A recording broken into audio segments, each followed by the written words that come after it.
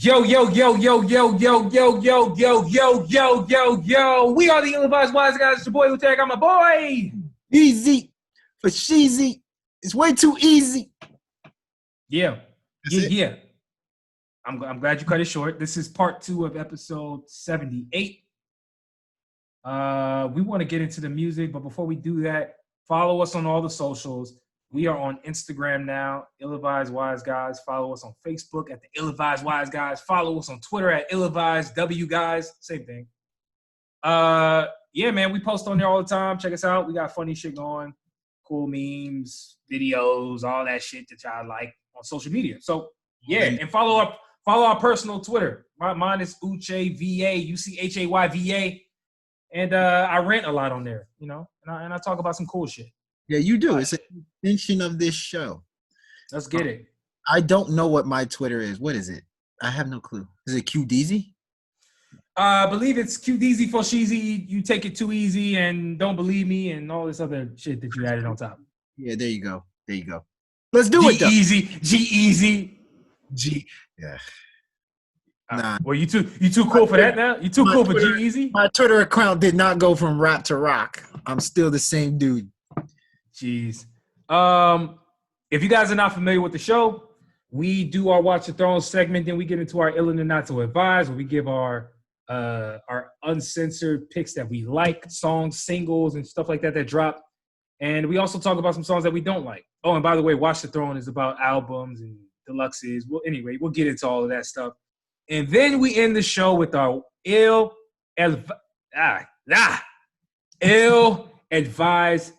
thoughts. Whoa, hold on. See, is it your? I'm hearing thoughts, bro. I'm hearing thoughts. Ill-advised thoughts. Oh wait, I said thoughts. My bad. Thoughts. Sorry. In ill-advised thoughts. In this coronavirus era that we're in, you do not want to deal with no damn ill-advised thoughts. They do not wash their hands. They do not. Yeah, that's true. They probably don't wash more things in their hands, but yeah, let's not get into any of that. Shall we start the show? I think so. Yeah, let's get it. So, with the first album on the Watch the Throne segment, we got none other than the guy who doesn't drop that often, Amine, with his new album called Limbo. I will start us out here because I have been a fan of Amine's music. I think he's a very unique artist. I think he delivers us with a lot of different sounds that, you know, dare I say, we don't really hear that often. Like, it's interesting to hear a guy that possesses so many different unique styles. And then also, what's this thing about him always having a Charlie Wilson feature? Like, I don't know about you, man, but I respect any nigga that got a Charlie Wilson feature, like, every time around the block. Like, that's a different type of feature. If you got Charlie Wilson, the only other person that I can think of who gets Charlie Wilson as much as this guy does is Kanye West. That's the only other person I can think about. As long as he's doing that, then I don't care. If he's not doing that, can we get into first, before we get into like the deep dive of the music itself, album cover? What'd you think about it, man? Do you even remember it? Does it look cool? Like, does it not stand out? Give me your thoughts, man. I don't understand what the purpose of it was. Like him going like this. I don't know if he was trying to show that he has like a cavities or a diamond in his tooth or something. I have no clue. We all have cavities though. So I don't know if you're supposed to be bragging about that. But I mean, it was okay, I guess. I don't really like the Limbo. But yeah, I'm looking at it right now. I really don't know what that album cover is trying to tell me. I mean, I understand what Limbo means, but like, what is he in the middle of? I mean, what? I don't get it. I don't get it. Weird title. He talks a lot on the album, like literally talks about some of his deep thoughts on the album. So maybe I gotta listen again. So you know what though? I respect, like I said, I respect Amine, and I did like the Kobe Bryant aspect that he gave. You know what I'm saying? He gave a lot of tribute to Kobe, which was interesting. Yeah, man. Efficient project. I want to point out though, doesn't he sound a lot like Big Sean to you? Like, did you get that vibe? He sounds similar. They have Oh, similar. go back and listen, man. He sounds. There were so many times where I said, "Man, bro, like I didn't know Big Sean was on this song," and then I went and looked and didn't see his name. I'm like, okay, that was strange. I think though overall, Amine gave us a lot of instrumentation. You know, a lot of different sounds. You know what I'm saying? For him to have this R&B, hip hop feel, mixing in jazz, mixing in the overall messages like you talked about earlier, right? Him talking about his mom in one of the songs, him talking about how, like I said, man, Kobe was such an inspiration in his life. Like a lot of people like that are around our age can relate to that, man. Overall, I thought it was a good project though, man. Good. It was a really good project. So now I won't even say surprisingly good because it's not like I actually expect Amine to drop quality work. So this was right on par with that. It was right on par. What do you think? So when you started off the topic of this album and Amine, I thought there was a couple things that you did not say about him that I think is important to add. He is a fantastic rapper. Fantastic rapper. I think he has a very good feel for music. He can sing, but then also he's very charming. Like he's kind of like how Kyle is charming. Like they kill you with that charm. That's how Amine is too. So you don't necessarily have to love hip hop music to love Amine. He's just a very heartwarming dude. With that being said, this album is kind of split into two, right? It's split into a hard-hitting hip-hop joint where you got songs like Shimmy, which I absolutely love. Then the intro, bruh, did you see how he started that album? Like the intro was fantastic. I think the intro's called Burden. I liked it. I like Burden a lot. I also liked how that transitioned into Woodlawn. Like it transitioned to Woodlawn. Those two songs to start it out were really good. It was dope. And then really, really good. And then it was broken into also like he had commercial R&B type joints, like the song with Summer Walker, Riri, Compensating, which I think is a very underrated song. That is pretty fantastic. You know, I actually don't like that song, man. Really? I didn't like that song too much. I really didn't. I think it's a nice commercial. I remember when it came out, right? It dropped. That was the one of singles? I'll call it a single. Yeah. I wasn't really liking that joint like that. I don't know what it is. I think maybe it's the production. I wasn't really feeling like that. I liked it. Okay. I thought it was a nice little quirky joint. It falls in line with what he does great because that kind of sounded like a couple songs he had on his previous albums. But long story short, this album is for people that are just lighthearted hip-hop fans. If you're tired of hearing all the same old trap stuff, you're tired of hearing all the violence and the braggadocious stuff, listen to this dude that is highly relatable to your regular Joe. And so that's why I think I liked it a lot. He might be, personally, in my opinion, I think he is the most relatable rapper in the game that's popping right now. You can't find many that are as relatable as him. He's definitely in that bag. I think Kyle is super relatable. But there's a bunch. He definitely does it really well. Really, really well. I agree with that. Let's move on, man. Actually, you know what? Before we move on, what are some of your favorite songs? I think you talked about a couple, but like, are those your favorite, or were those just the ones that you wanted to talk about? Yes, those are my favorites. Let me take cool. Let's see. So we won't waste each other's time and actually give you my top 5. Ratings Game presents my top 5. Riri, I thought was fantastic. Burden was one of my favorite. Pressure in My Palms, I thought was dope as hell. Like, I know a lot of people are going to just kind of skip that one and say, oh, yeah, it's not as dynamic. But I thought that the energy on that song, the collaboration, like how the chemistry between Slow Tie, Vince Staples, and Amine was great. Yep. not compensating. And I think Shimmy is one of the best just raw rap joints that came out this year, in my opinion. That is my favorite songs. My top 5 songs. Shimmy's my favorite. Interesting. I like majority of the ones you named. I like Riri a lot. Really, really dope ass song. I liked Burden. I like Woodlawn. I like Roots with Jid and Charlie Wilson. Like that was a dope experience to me. Like that was really tight. It was an interesting song. Yeah, like that. Like I just even like the messaging in that song. But again, like you said, man, Amine is very good with messaging and relating to people.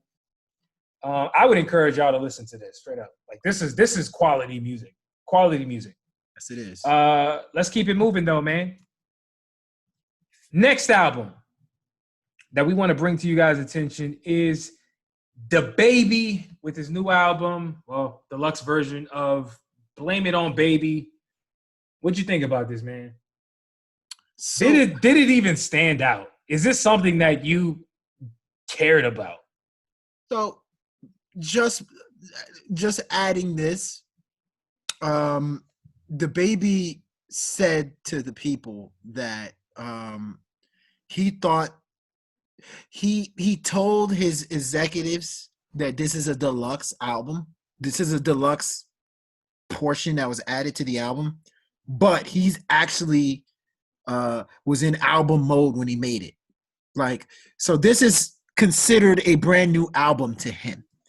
With that being said, I actually think this deluxe was pretty good. I know a lot of people hated it for some odd reason. A lot of people hated it, but I thought it was fantastic. I thought DaBaby continued to experiment. Matter of fact, I'll go a step further. I think the stuff that he was experimenting with on the original version of Blame It On Baby, he perfected on the deluxe version of Blame It On Baby. Like, a bunch of the songs sounded like better versions of iPhone. A bunch of the songs sounded like better versions of some of the melodic slash, borderline R&B songs that he usually he made on the 2 prior projects. So I actually really liked it, but I understand a whole bunch of people do not like the project. I don't get it. It might be DaBaby fatigue, whatever the case may be. I liked it. I will say this. There were a couple songs on here I enjoyed. For it to be 10 songs, right? I believe it was about 10 songs. There were a few that stood out to me. I like the joint with Young Thug, Blind. That was dope. Nice little rhythmic joint. I can hear that on the radio. You know how to listen. DaBaby is entering into a whole, well, not entering because he kind of already started this. The man is now with the people. He is now a radio artist. He's opened up that whole bag where he's giving these people different sounds. I'm not mad at it. He gave us Find My Way, right? That was dope. That was different, right? We never even heard DaBaby on that type of song when he dropped it on the original version of this album. So with that being said, other than Blind with what's his face? Young Thug, like I thought was pretty good. I also like the joint with Stunner for Vegas, No Dribble. I thought that was pretty interesting. I like the energy on that song. Stunner for Vegas had a pretty decent performance. I don't know, man. I guess I represent the people that you're talking about because overall, it's like this joint didn't really do a whole lot for me, dog. It just didn't. Like, it's not, I don't even think it's baby fatigue because I actually like DaBaby's music. I rock with it. I like his experimentation. I appreciate that from him because for whatever reason, people are afraid and they're scared of the fact that he hasn't switched up his sound. I'm with if it ain't broke, don't fix it with DaBaby specifically because I don't even think his run has even been that long for him to start switching shit up. Like, why are people complaining about that? That's what I don't get. But overall, this deluxe didn't really give me a whole lot. Like, I thought a lot of these songs were attempts at trying to do more and trying to be get into a different lane. And I just don't feel like they were that strong, honestly. Like, the songs on here just were not that strong. straight up. I mean, I think So I get that. I mean, it's so there's a difference in my opinion of not that strong and bad. I think for the people that are calling the deluxe edition bad, uh, that's not accurate. But you know what's interesting? Somebody commented on a post I did on Ratings Game Music about the album review that I did, and they said, some of the songs I like, but they sound very similar to Rockstar. Rockstar with DaBaby and Roddy Ricch. who doesn't know that song? That His song is incredible. hit song. So That song is a hit. That's a different type of hit. Hit. So sometimes an artist finds that sound that got them success and they continue on with that sound. I think that's what happened here. A lot of the songs sound very similar to Rockstar. And I think people kind of listen to the songs and were like, I've already heard this song by DaBaby. I don't really Rockstar is dope, but you don't got to do Rockstar 10 times. I am not one of those people. If Rockstar sounded good and he wants to make songs that are similar, I don't dock him points for that. But I get it. Well, I mean, the same can be said about what he did the first go round, right? Like, if you think about it, put the deluxe aside, right? Let's just look at the original Blame It on Baby, right? He had joints that sounded the same. Like, if you really think about it, if you go back, this like songs like Talk About It, not Talk About It, that was a little different. Jump, Drop, Blame It on Baby, where he gave you his typical style that he would always give you. You could argue that all the way across the board that DaBaby sounds similar on the majority of his songs because the production is so close, right? I just feel like we didn't learn a whole lot with this deluxe. Like it just was just more songs, I guess. I don't think they were that amazing, but hey, maybe it'll grow on me, maybe it won't. We'll see. Good. Some of my favorite, to kind of point out some of my favorite, I thought Trouble was good. Trouble, for whatever reason, don't resonate with people. People keep talking about DaBaby needs to switch his style up and such. DaBaby actually does storytelling on Trouble. And then hits us with a nice little melody, nice little hook. I thought Trouble was pretty good. Peephole, I thought was really good. Blind, like you mentioned, Young Thug, that was good. I thought he spazzed on Go. And then TLC was pretty dope with Gunna. So, half of the album, in my opinion, at least, was pretty dope. But it may grow on you. It may be something that, you're just like, I'm kind of tired of hearing him. I get it. We shall see, man. What I will say is, it was average to me. Let's move on, though. NLE Choppa dropped his, I guess, long-awaited album called Top Shotta. Yeah. What can I say about this, man? Because,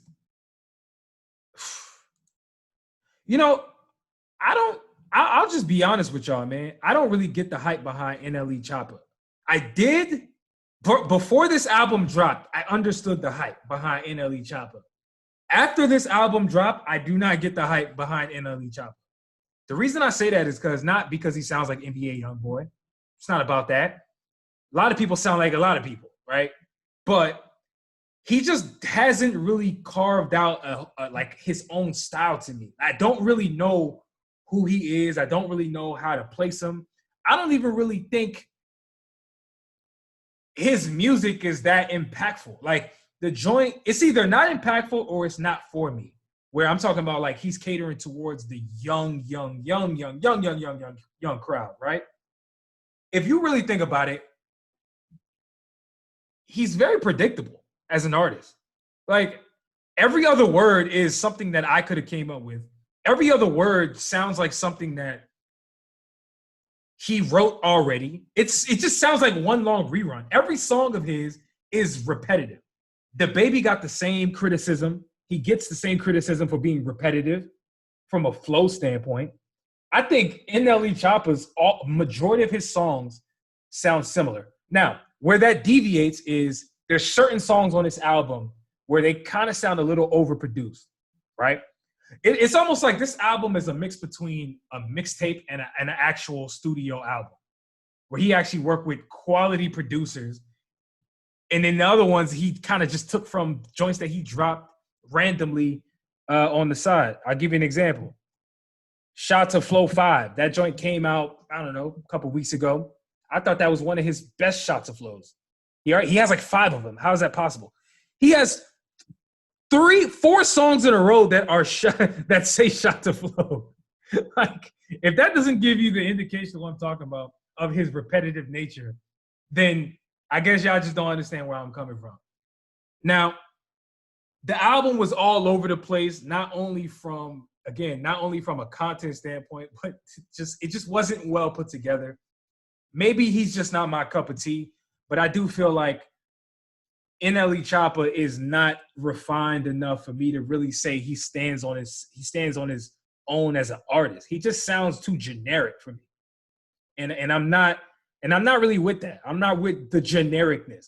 You can sound however you want to sound. You can bite whoever you want to bite, but don't sound generic.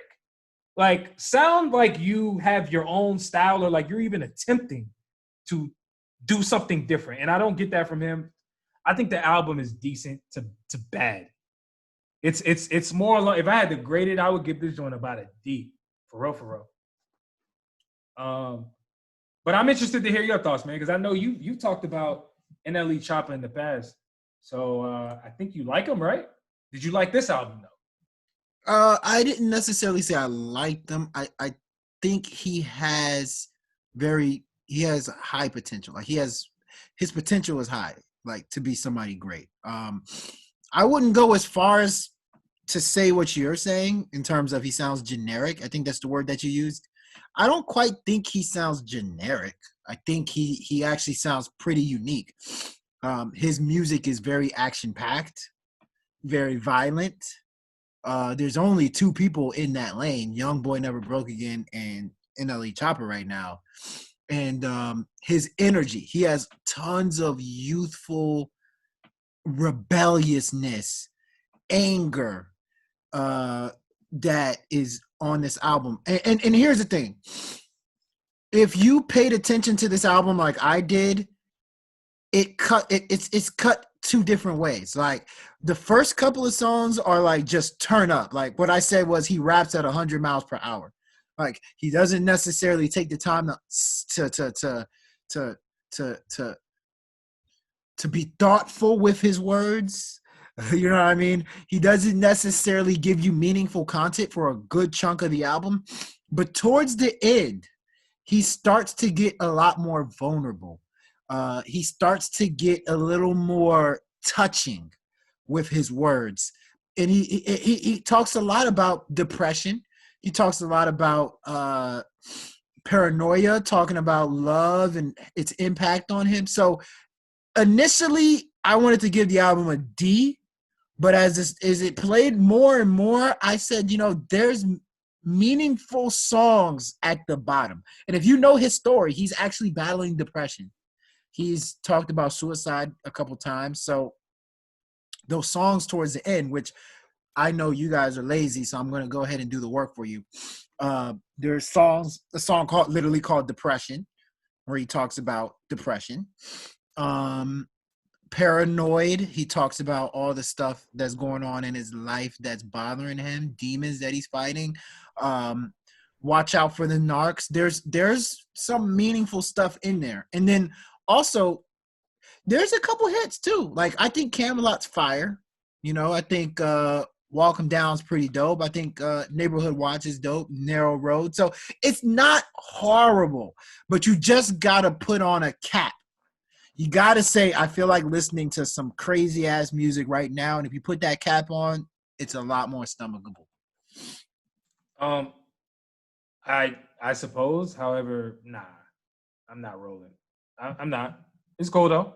And the thing is this has nothing to do with like his content, right? Like, his content is no different to me than, again, NBA YoungBoy or any other insert trap rapper. Like, his content is not the issue I have with him. It's more so he doesn't really dive into any any detail at all. It's like everything is so surface level with everything he says. Everything. And it's just, I don't know, man. Maybe if he goes a little deeper, I'll feel a little different. But hey, we'll see. Yeah. Or maybe not. Because Well, I'm not listening to it again. Okay. Let's move on though. Next album we have to talk about is Rod Wave's new joint called Pray for Love, the deluxe version. What'd you think of this, man? You know what? I've come around with Rod Wave, believe it or not. I feel like I love his sound, man. Like I have more appreciation for Rod Wave. Maybe it's because not a lot of amazing albums came out this week. So I had time to actually sit down and listen to his style of music a little more.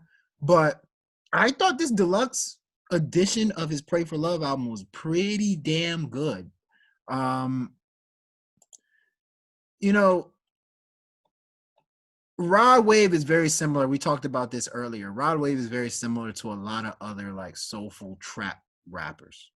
The thing that I think is different, that he does differently than them, is he knows how to he knows how to harmonize amazingly. He be sounding like he caught the Holy Ghost over and over again on his songs. Like, you feel the pain. You feel just some of the demons he's fighting. You feel how important love is to him when he raps and sings. I think, from a music standpoint, it's okay. He's not the best singer in the world. He's not the best rapper in the world from a music standpoint. But from a standpoint of vulnerability that a human being is showing in their music, it's top notch. I've not seen a rapper this vulnerable in a while. He's more vulnerable than Heartbreak Drake, when Drake was over here talking about he was sleeping in the sheets of beds of women that went to work. Like, Rod Wave literally pours his heart out on every song he makes. And I think that there's value in that. Yeah, I mean, I agree. I mean, I've been way higher on Rod Wave, I think, than you have, I guess, historically. But yes, to me personally, I think his music is undeniable because of what you just alluded to, right? Like, I think the difference between him and I hate to compare because they do two completely different things. But again, bringing back NLE Choppa, for example, right? I'm not comparing the music. I'm comparing the feeling I get when I listen to it. I don't really get anything out of NLE Choppa's music. However, when I listen to Rod Wave, it's like I don't even need to know what he's talking about to understand the feeling and the pain that he's trying to deliver, right? I believe that's the essence of music, and I think Rod Wave understands that. Like you said, harmonies, melodies galore. The man understands music, and for that, we have to put Rod Wave is the type of artist that we have to highlight because there's too many other bullshit ass artists out here doing things that should not be even talked about. Like, we shouldn't be discussing new music from a lot of these sucky artists. I mean, I don't even feel like naming names right now, but there's too many to name. Rod Wave specifically, though, he understands music and he gets it, and I think that's why people fuck with his music. It's more of a spiritual experience when you listen to his shit. That's what I get from it. So, man, it's a great way to put it. More of a spiritual feeling. I feel that, and that's facts. It's the closest thing to rock, or sorry, not rock. It's the closest thing to gospel rap that I've ever heard. Like, from dog, it's not a Christian. Dog, just give you one of the latest examples, right? We talking about the deluxe album, but did you hear Through the Wire? For God's sakes, the hell? The man is pouring his heart on the record. Are you hearing this shit? Yeah, it's crazy. I get goosebumps when I listen to this nigga's music. Honestly, I really do. I don't get goosebumps when I listen to Lil Pump. When I listen to this guy's music, I turn the joint up loud. I make sure I understand what the hell is going on because he's saying something very important that I think we can feel on some level. So anyway, we want to know what you guys hear about the album. I'm sorry, we want to know what you guys think about the album. Let us know if you think it's fire or not. Yes, sir.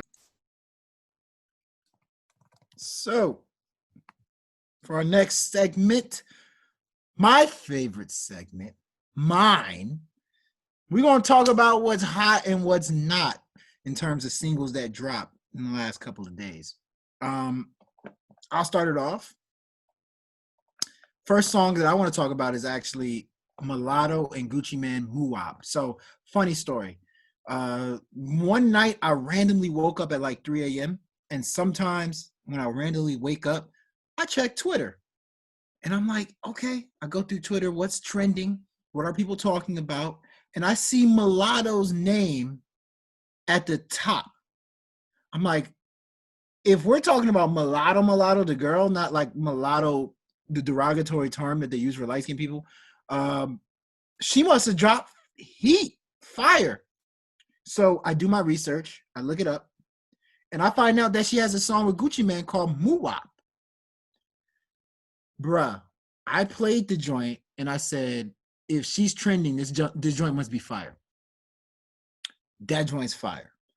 I had no clue Mullato was that good of a rapper.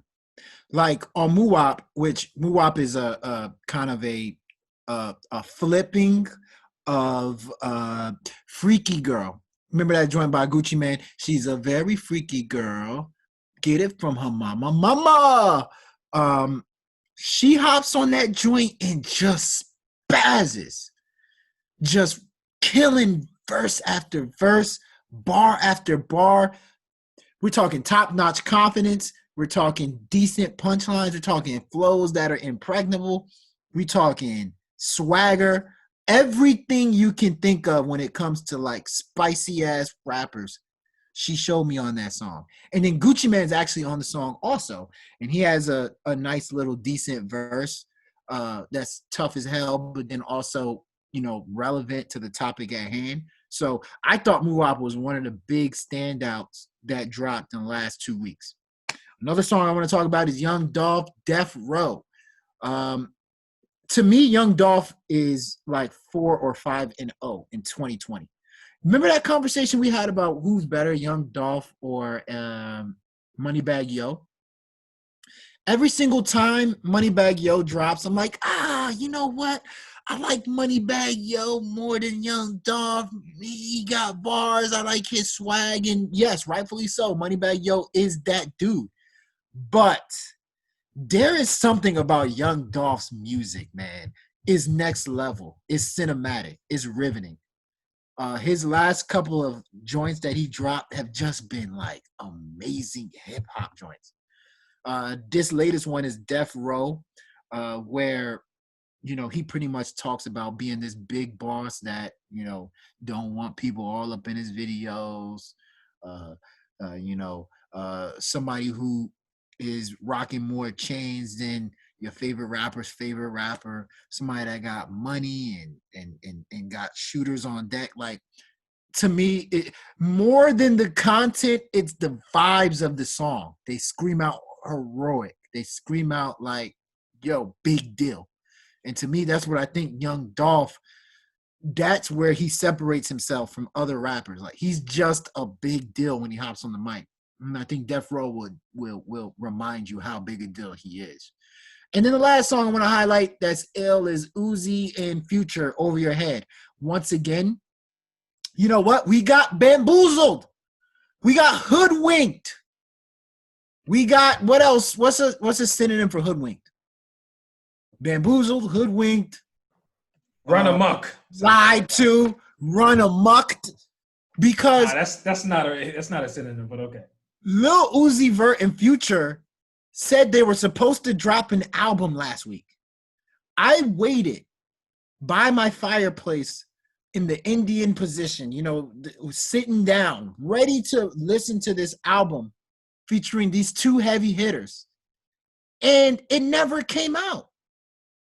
Instead, the next day, Friday afternoon, they dropped two new songs. One is Patek, wherever the hell you're from, you tell me. And then the other one was Over Your Head. I liked Over Your Head a little more. I thought that one was a little more catchy. That one's more radio friendly. I thought that one catered to what Uzi does very well, but then also what Future does very well. And to me, I can see the song really blowing up in clubs worldwide, and I can see the song serving as a great appetizer for something greater. So those are the three songs I want to highlight. Once again, Mullato, Gucci Mane, Muwop, Young Dolph, Death Row, Uzi, and Future, Over Your Head. The not so advised song that I want to talk about is Lil Wayne's song called Thug Thug with Gutta Gutta and Jay Jones. So to me, here's the thing.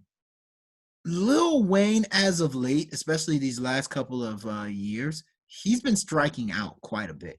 Like, I get it. Like, dude can wrap circles around anybody, but there's so many different Lil Waynes in the game right now that his sound, he's almost like a middle of the pack Lil Wayne compared to what all the other Lil Waynes that are just like him are. Like, for instance, I think Young Thug is a version of Lil Wayne, but the Young Thug has perfected being Lil Wayne. I don't think Lil Wayne has perfected being this new age Lil Wayne that sings and does all this experimental stuff. With that being said, on Thug Thug, I feel like Lil Wayne, he just it's there's a thin line between being creative and experimental and being stupid or sounding stupid. To me, he tried to experiment on this Thug Thug song with all types of melodies and singing styles, but he just strikes out, and that's been consistent. I don't think necessarily he's a bad rapper. I just think that when he experiments, he's no longer resonating with people when he experiments. But there you go. That's my ill and not so advised. Curious to know what you think. That's interesting. That's an interesting list. First and foremost, I haven't heard the joint with Mullato and Gucci Mane.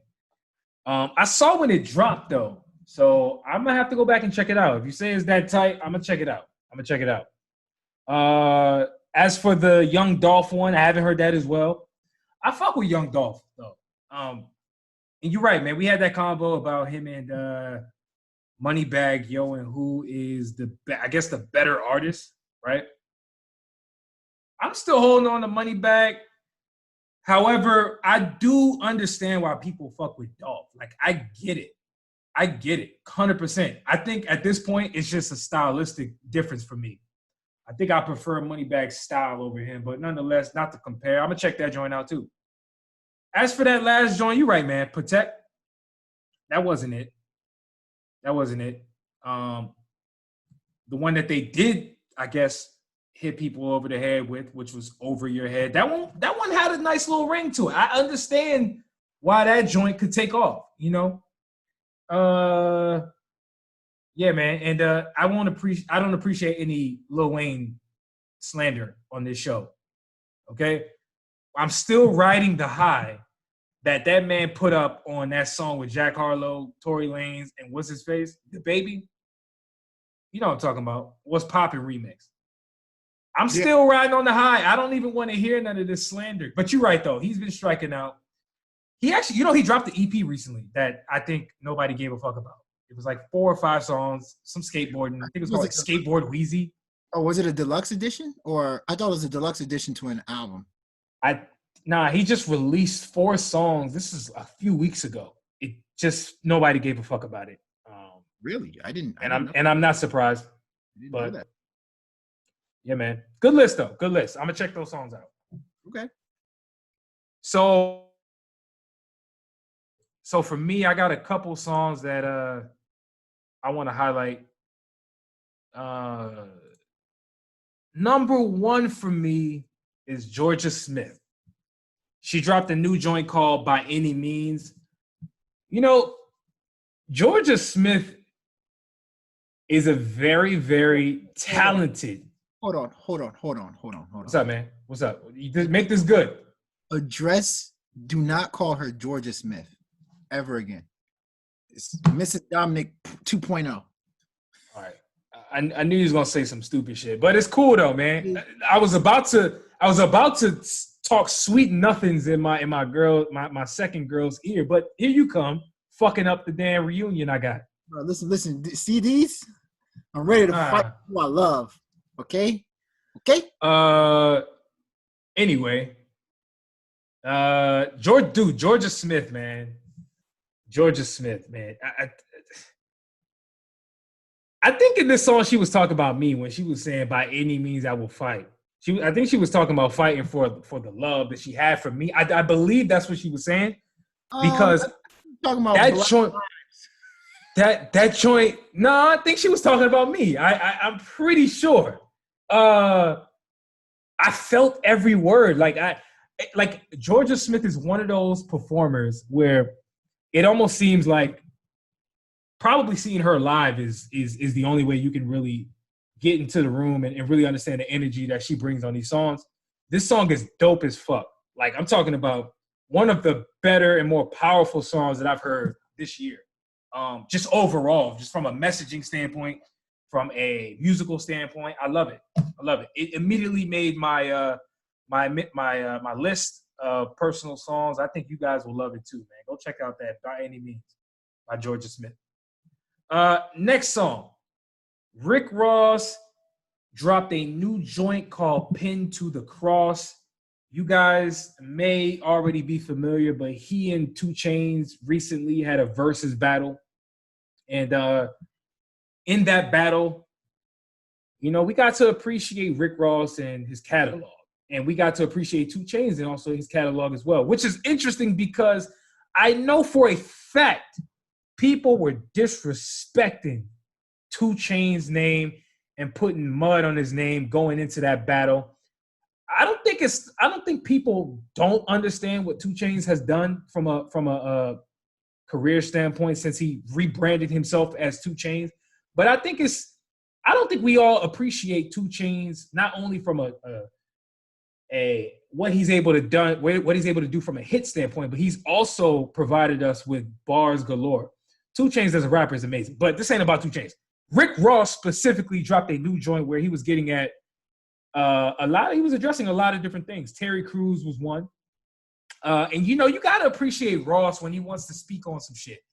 And I think it's interesting though, because doesn't it always feel like Ross has become a very vocal figure in hip hop, like before our eyes, whether you love it or not? He always seems to address things that people are talking about in a way in which maybe we're not even ready to hear. Because remember, he got at Birdman when Lil Wayne and Birdman were having issues. He dissed Birdman in an interesting way, defending Lil Wayne and defending DJ Khaled.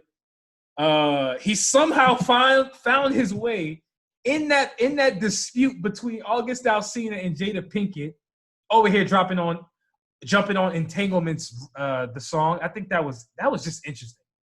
He had no business on that song to me. But again, this is Ross speaking on matters that are relevant to what's going on.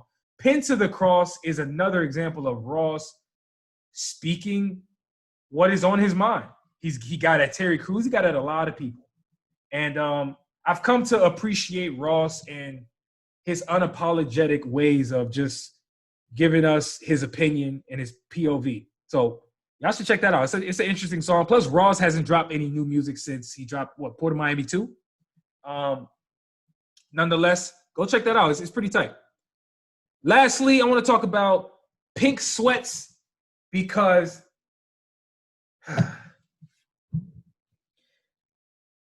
hey guys, Pink Sweats is arguably one of the most talented musicians that is making music today. I'm sorry if this broke news for the people who don't know who the fuck Pink Sweats is, but hopefully by the end of this rant, you will understand who Pink Sweats is. He dropped a acoustic version of his new song or newer song called 17, and it is phenomenal. Like, I'm talking about, it is one of the best songs I've ever heard. Like, it's that good. As a matter of fact, I don't speak on this very often, but that song is going to end up in my wedding. I promise you. When I get married, 17 will be part of that playlist. That's a fact. That's a fact. So I think you guys who are in relationships, and even if you're not, man, go appreciate the musicality of this record, man. That shit is incredible. On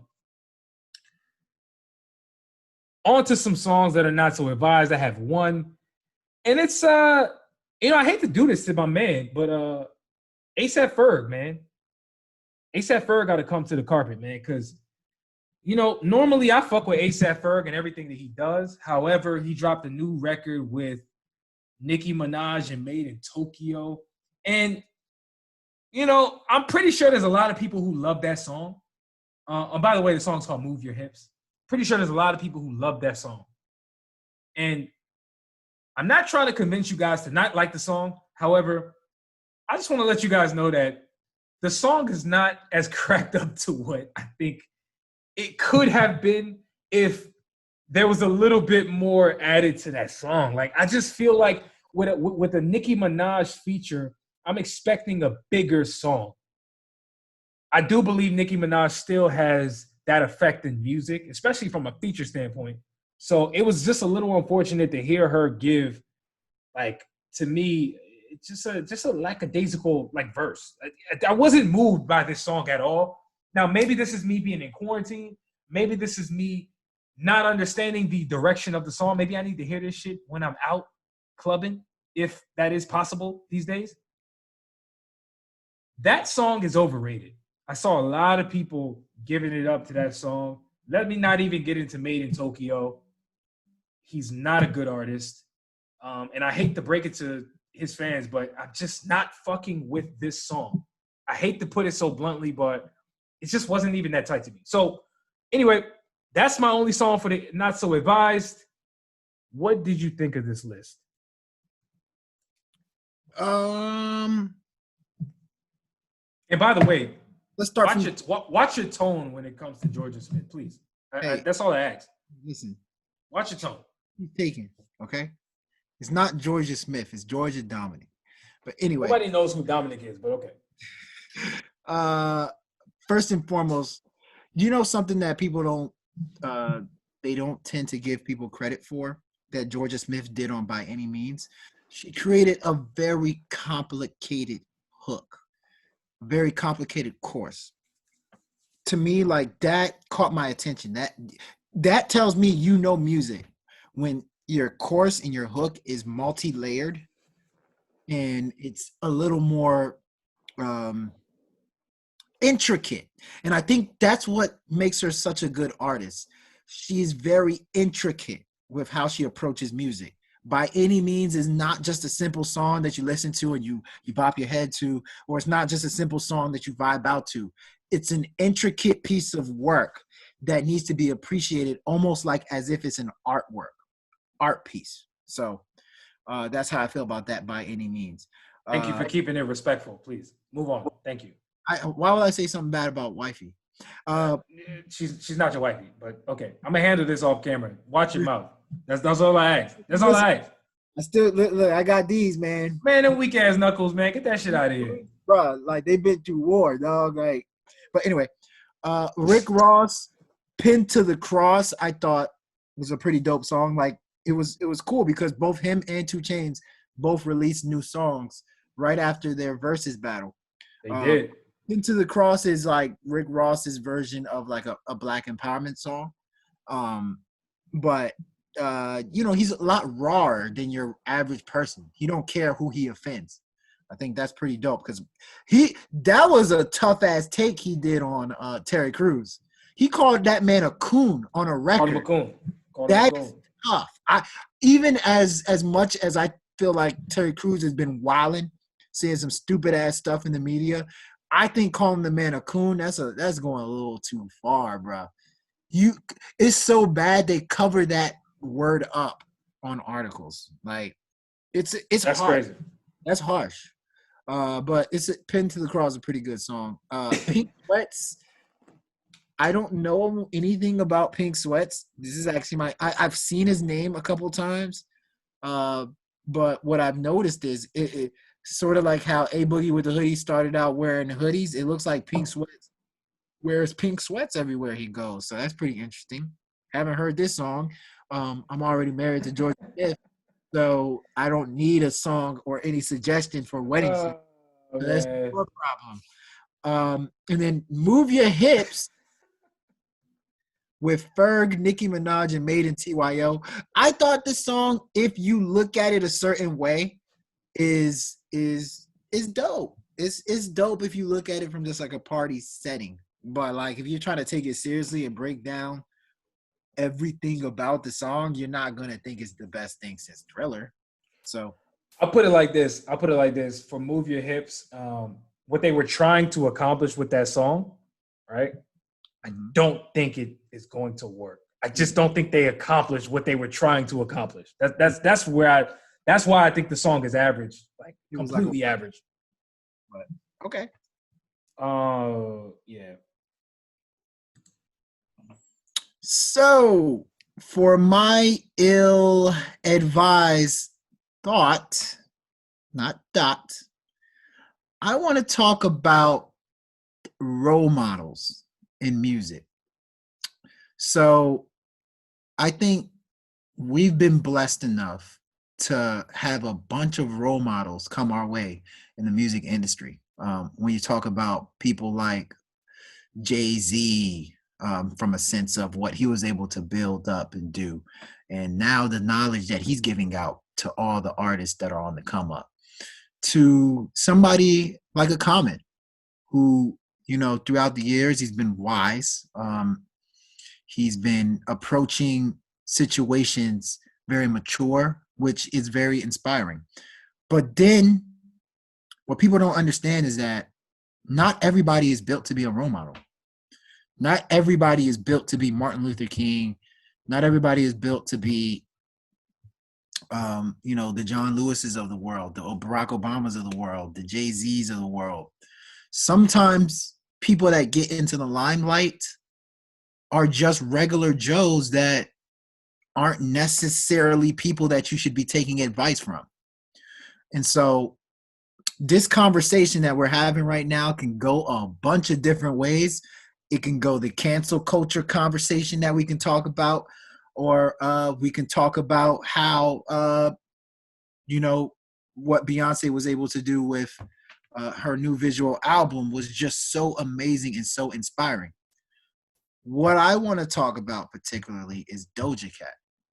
So a lot of people that got to know who Doja Cat is got to know her from her first big single, which to some people was Juicy, to some people was Say So, to some people it was the joint that she had with Gucci Mane. Whatever the case may be, a lot of people got to know who Doja Cat was after she blew up. But if you know where Doja Cat comes from, the very first single I heard by her was actually a single called Moo. Moo, yes, moo, the noise that a cow makes. And not only was the single a dumpster fire and just the trolling at the ultimate level, but in the video, Doja Cat is fully dressed in a cow outfit. She is clearly playing around and joking around in the video like a troll, like a goofball. And my main man, Tommy Monroe, he was the one that sent me pretty much that video to look at. And he was like, yo, look at this Doja Cat girl. Like, can you believe she did this? Can you believe she's trolling on the very first video like that everybody knows of her? Fast forward, she blew up. And now Doja Cat has been propelled to this supposed role model that we expect to do right every single opportunity that you see her. We expect Doja Cat to dress, not provocative. We expect Doja Cat to say exactly what we want to hear. But if you know who she was where she first came out, she was a troll. Like, that's how she probably thought she would get popular, by trolling. So it's kind of funny to me when I see all these people talk about we should cancel Doja Cat. Doja Cat was seen on a white supremacist, I guess, chat or something like that. Doja Cat, oh my gosh, did you see the comments that she made? Oh my gosh, Doja Cat said she has COVID now, and Doja Cat was trashing COVID, talking about how she's not scared of the coronavirus. We're all punks. People, Doja Cat, for the last time, started out trolling. Doja Cat is no different than that one friend that you have that you can never take seriously. Like, so we talk about cancel culture. I get it. Some of these people definitely do need to get canceled. But let's not expect every single musician to say something wise, to be smart, to be a role model. That is my ill-advised thought.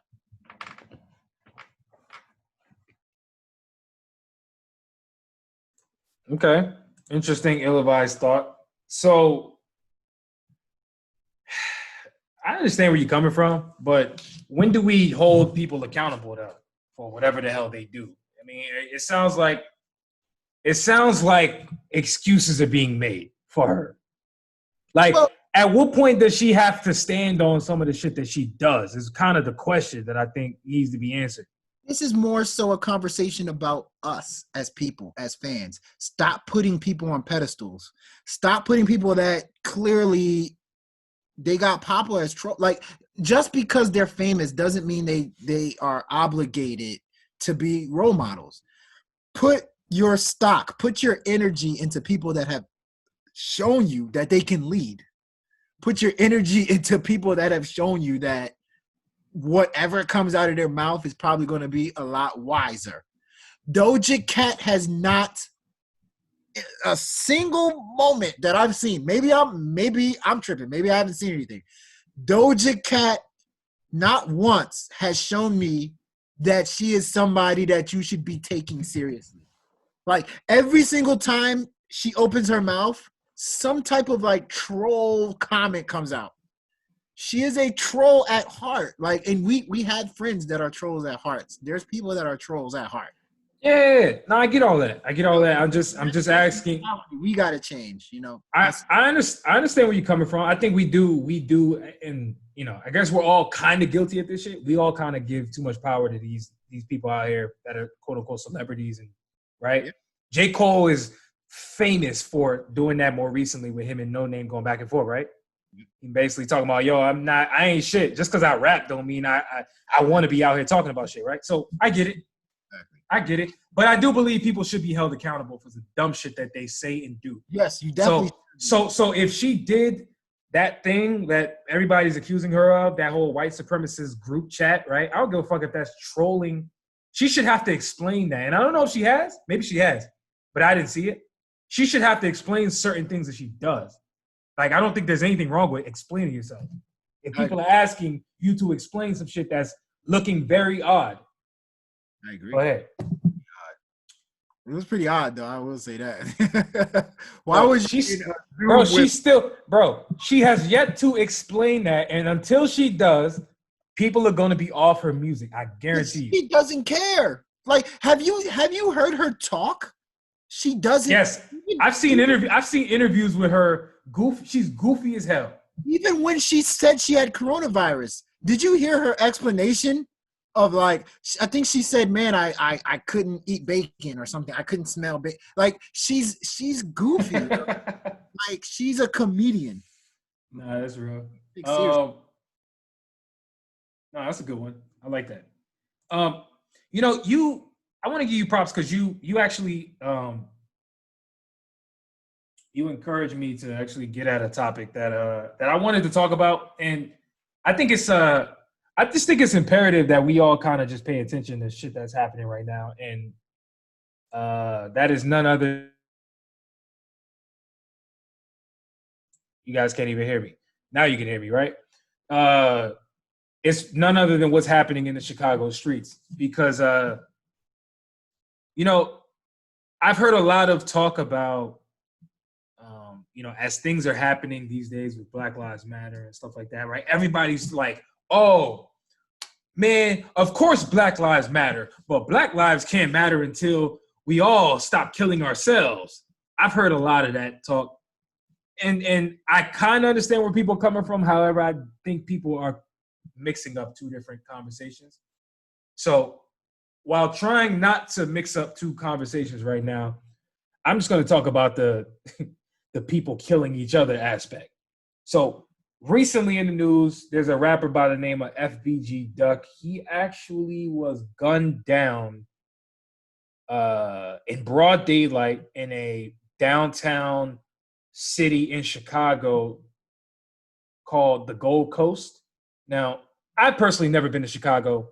I've heard great things about Chicago, especially downtown, and how amazing it looks and how there's so many things to do. There's water, there's beaches, there's little man-made things. It's a great place to be, especially in the summer.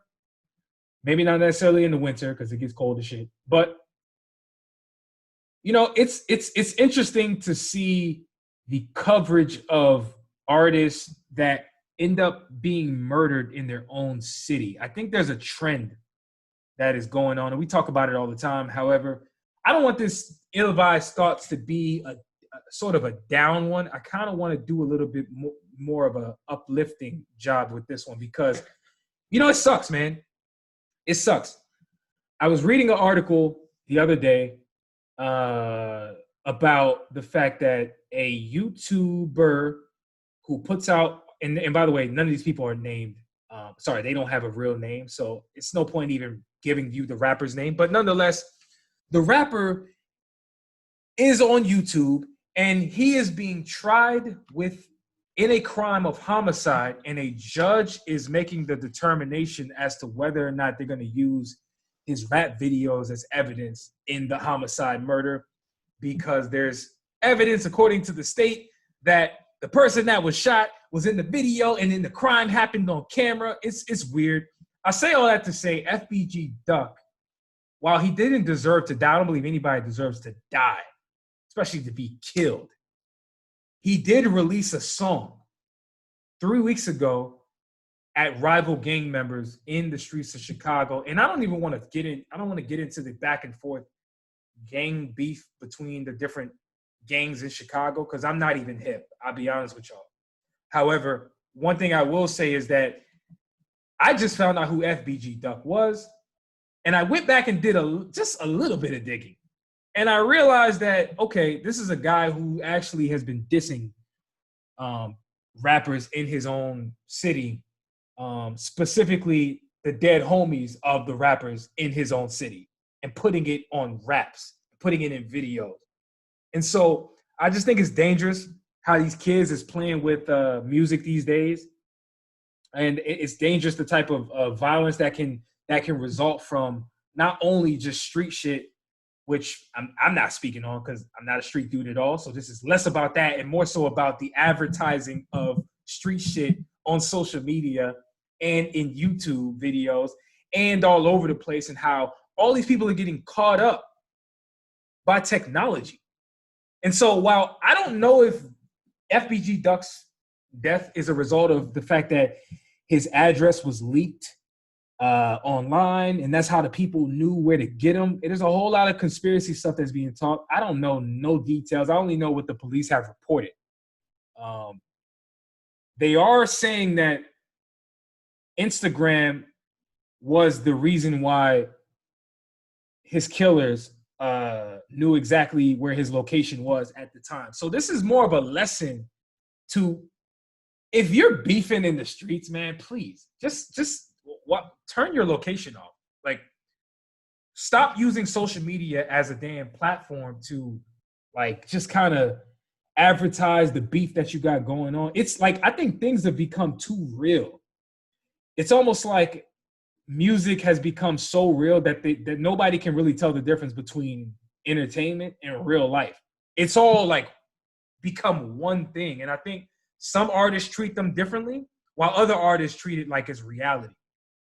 And so I'm paying attention to what's happening in Chicago because it's crazy what the hell's going on. It's crazy. It's a freaking war zone. I'm pretty sure I'm not the first person to say this shit. This is the first time I've actually done some research, just even a little bit of research. And I am troubled with the amount of killings and the amount of murders and the amount of assaults and all the stuff that's craziness that's happening in Chicago. So, yo, man, I just wish more for our people, man. Like, people have to stop, like I said, man, using social media like it's a freaking game. Like, it's weird. It's weird. It's really, really weird how social media is not as much entertainment as everybody else thinks it is. Some people think it's real life, and it's getting people killed. It's getting people killed. I can think of another example, Pop Smoke. The thing with him is they knew exactly where to hit because, and again, this is all allegedly, of course, but the word was that people knew exactly where he was because of how he was posting on Instagram. They knew exactly where his location was.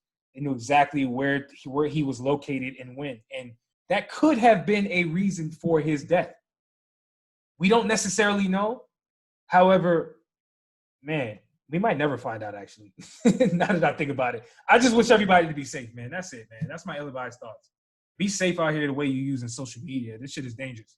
Honestly. This shit is dangerous. That's interesting. You know, I steer clear from talking about Chicago because I feel like that's something that, like, the people that live there can only, like, attest to. Like, they really understand what's going on. I think it's such a complicated matter that I just steer clear from talking about it.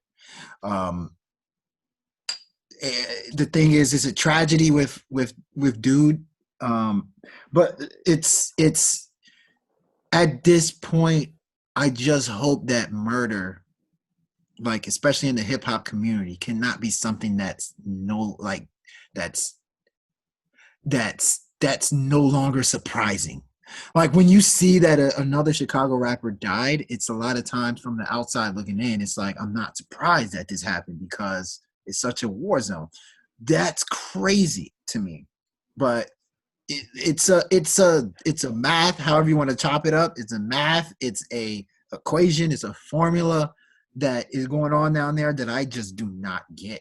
I just don't understand it. Yeah, I'll be honest. I normally stay away from these topics as well because you're right. It's not. I mean, I don't think it's not. We can have an opinion on what the hell's going on, but you're right, man. The people there will understand the nuances. But so this is less about that and more so about,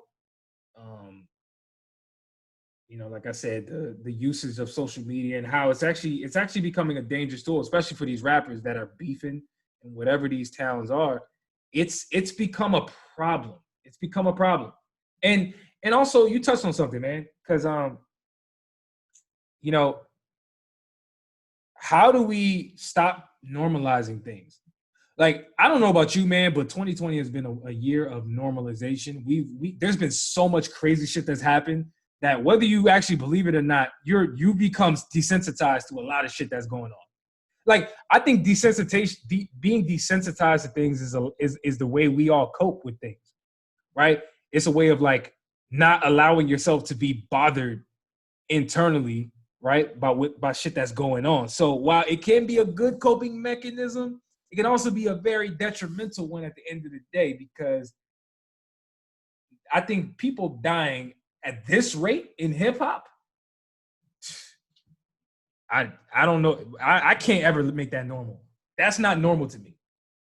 That's not cool. That's not normal. That will never be a regular story I'm just like, oh yeah, another guy died. And what am I eating today? Like, nah. Crazy. It is So, crazy. Anyhow, everybody keep your head up, man. This 2020 shit is almost over. Can you believe it's August? Can you believe that? Thank God. My God. Get this year out the way. Facts. Let's get up out of here, man.